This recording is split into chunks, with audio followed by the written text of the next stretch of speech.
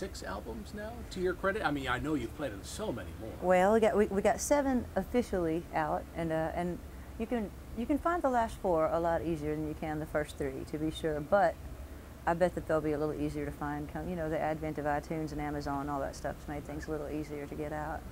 To me, Bloodless Revolution really was the first time I went, wow, she has just gone leaps and bounds in her career, in her life, in your political activism. I mean, I remember reading the liner notes to Bloodless Revolution, and I believe you actually thanked an Austin police officer that arrested you for civil disobedience. I don't think I've ever seen that before. Well, because he was, you know, he was cool. He was doing his job, and I was doing my job, and it wasn't, there wasn't any, you know, there wasn't any animosity towards each other. It's just like, well, you're choosing to be arrested. And it's like, actually not, but I'll walk. You don't have to drag me, you know.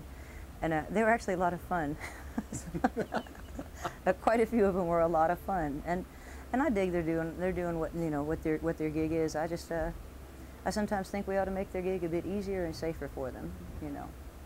I know that you are obviously passionate about your music, but you're passionate about so many other causes. On Bloodless Revolution, you know, the homelessness in Austin song. I know I believe you were living out of your van for quite some time. A better part of 2 years, and it was, you know, we were on the road so much that it was kind of hard to really say, you know, it was like, oh, well, I was touring, so, you know, I'd stay somewhere maybe a few days out of the month, but aside from that, just keep us on the road. These days, it's funny, that very van, that it's got 300,000 miles on it, and we decided we're painting it up and putting murals on it, a bunch of crazy stuff. We're going to auction it off for Art and Z. So that'll probably be, I imagine, this next month. Yeah. Cool. It'll be fun, and we'll try, if you get, you know any poster artists, you want to come over with a paintbrush, it's right behind Art's Rib House. Go to town. Oh, very cool. The song Bloodless Revolution, was that the song that really caught the ear of Bob Dylan? I know you and Mr. Dylan have been friends for many years.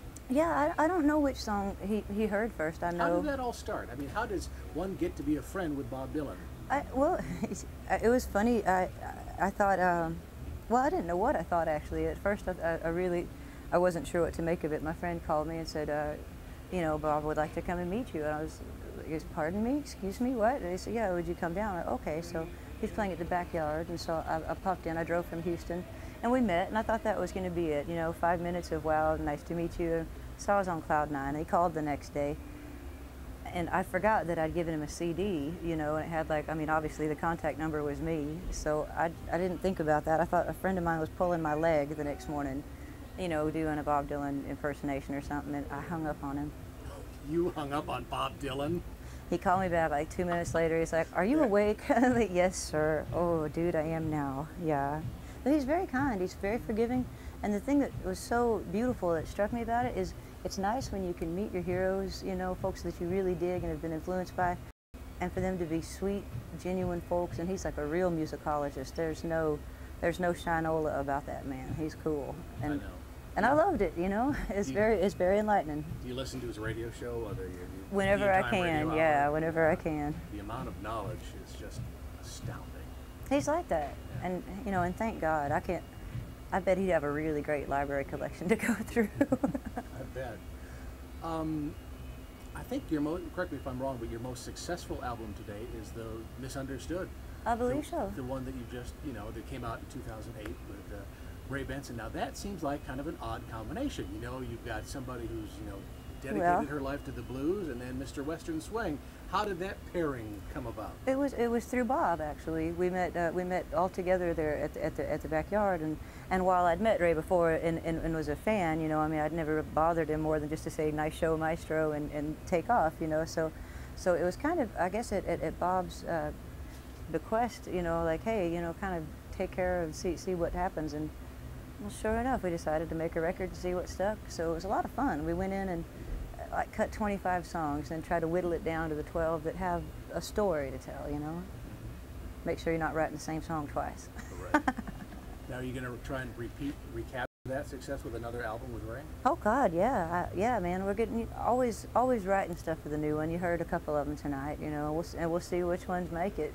You know, always looking for other folk songs too. You never know. You never know what might end up on there. Another Screaming Kenny song, another Terry Hendricks. Hard to tell. What do you listen to on, you know, I don't know if you have an iPod or a music player or a record collection. What when you're just trying to kick back and relax, what comes up on your list of favorites? Well, there's always Willie, there's always Bob, and there's I like a lot of like Mance Lipscomb and Lightning Hopkins and Juke Boy Bonner stuff. And these days, though, I have to say I like to find really funny things. You know, revisiting my grandfather's collection. You know, with all the Spike stuff. And the Comedian Harmonists. Just a very strange band from Germany in the 30s. Well, okay, odd music is what I like. I like stuff that I haven't heard before. Well, that's why you and Bob Dylan get along so well, because of your eclectic taste. They can't decide upon any one thing.